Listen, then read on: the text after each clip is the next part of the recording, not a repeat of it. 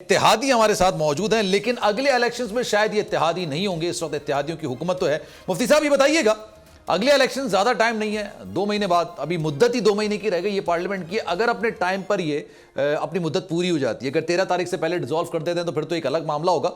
लेकिन सर उसके बाद फिर इलेक्शंस में पाकिस्तान पीपल्स पार्टी के इत्तेहादी की हैसियत से जाएंगे या इंडिविजुअली जेयूआई इलेक्शंस लड़ेगी? और आपको क्या लगता है कौन कौन से सूबे में आप हुकूमत बनाने की पोजीशन में होंगे?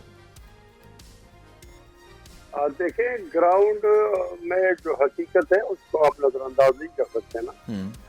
हम तीनों जमातों का ये गिला है कि हमें महफूज फैसले हमारे खले थे, उसके अंदर 2018 में हमारे बाजू मरोड़ कर हमसे सीटें छीनी गई। सही है। तो पीपल्स पार्टी सिंध में मजबूत है माशाअल्लाह, और मुस्लिम लीग नून पंजाब में है, और हमारा ज्यादा असर जो है वो केपी में है और बलूचिस्तान में है। तो अब अगर शफाफ इलेक्शन हो जाता है तो हमें उम्मीद है कि जेयूआईएफ 2 सूबों में हुकूमत बना सकती है, इसमें बलूचिस्तान में और केपी में। सही है। और दिन हो रहेगा मुसलसल जिस तरह है वो पीपल्स पार्टी के बाद और पंजाब के अंदर नून लेगी। अब ये है कि हमारा इत्तेहाद है। अगर पीपल्स पार्टी वालों को चाहिए होगा कि वो अहम रहनुमा को इसलिए में लाना चाहते हैं तो वो हमसे बात करेंगे, हम उनसे सिंध के अंदर कोई रिलीफ मांगेंगे। इसी तरह PMLN के साथ यही होगा कि अगर हम वहाँ कोई सीटें लेते हैं तो या हम भी दे देंगे। बहरहाल मैं आपको एक इत्मीनान देता हूँ, ये ठीक है हमारा हलफ अब नहीं रहा, लेकिन इसके बावजूद भी हमारा वो इख्तिलाफ नहीं होगा जो हमारे इमरान खान के साथ था। उसकी मैं वजह बताऊं, इख्तिलाफात को जो आप आखिरी मरहले पे समझ गए हो ऐसा कतई नहीं है। शुरू के अंदर पहले मरहले पर शिकवा शिकायत होती है, दूसरे मरहले पर फिर शक्ल रंजी पैदा हो जाती है, तीसरे मरहले पर मीठे इख्तिलाफात होते हैं, चौथे मरहले पर फिर फीके इख्तिलाफात आ जाते हैं, और फिर शिद्दत के इख्तिलाफात आखिरी मरहले पर आते हैं। उस वक्त तो फिर ऊपर ही नहीं होगी। तो कौन सा मरहला चल रहा है सर? अभी शिकवा शिकायत वाला चल रहा है ना, शिकवा शिकायत वाला आखिरी हद तक। और ये आखिरी मरहले तक आप कह रहे हैं नहीं जाएगा?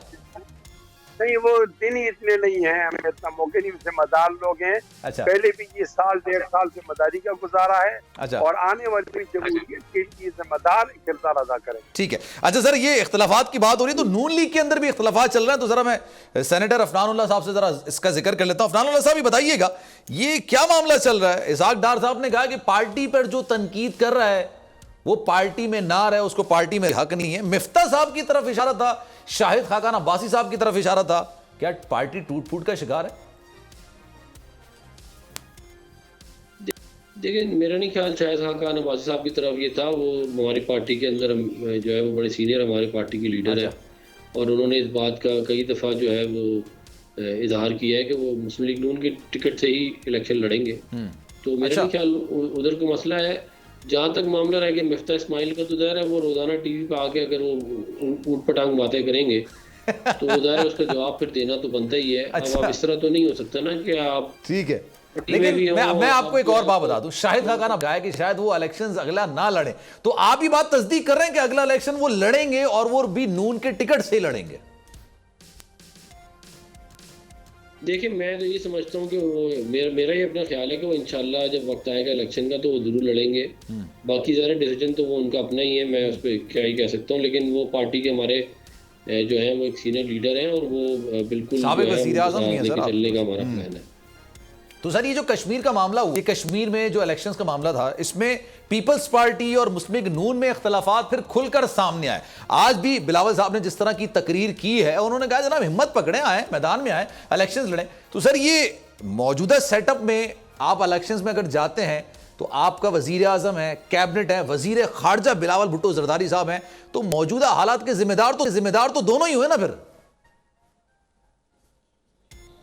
देखिए, पिछले 5 साल के जो जिम्मेदारी है वो ज़ाहिर है उसमें से 4 साल PTI के जाते हैं, 1 साल जो है वो जो कोalition है उनकी जाती है।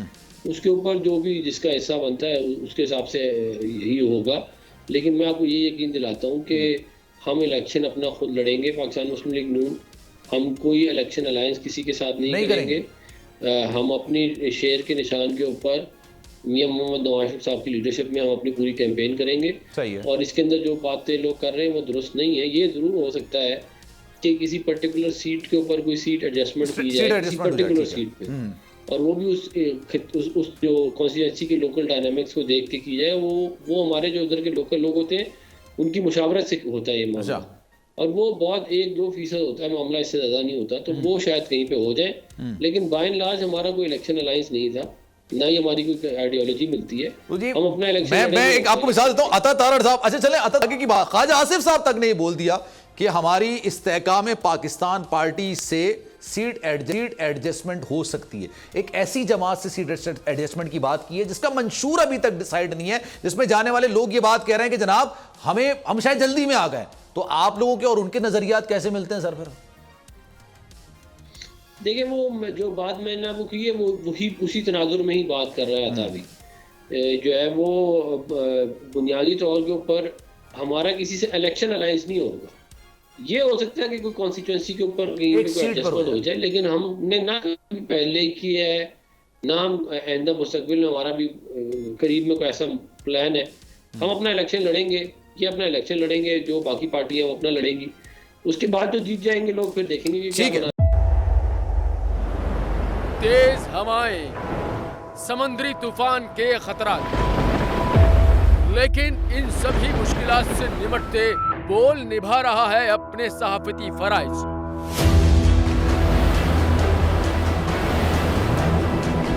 समुद्री तूफान बिपोरजॉय की ट्रांसमिशन बोल रहा है सबसे आगे। किस तरह से और कहां पे ये समुद्री तूफान पाकिस्तान के कौन से इलाकों को हिट कर सकता है, बोल रहा सबसे आगे, लम्हा बा लम्हा हर खबर से किया आवाम को आगाह। इस वक्त जो है मौजूदा सूरत हाल काफी हद तक तशवीशनाक होती जा रही है। खेती बंदर ठट्टा पे ज्यादा ये हिट करेगा तमाम।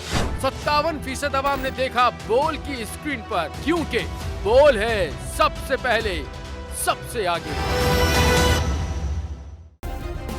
सब्सक्राइब करें और बेल दबाएं ताकि कोई खबर रह न जाए।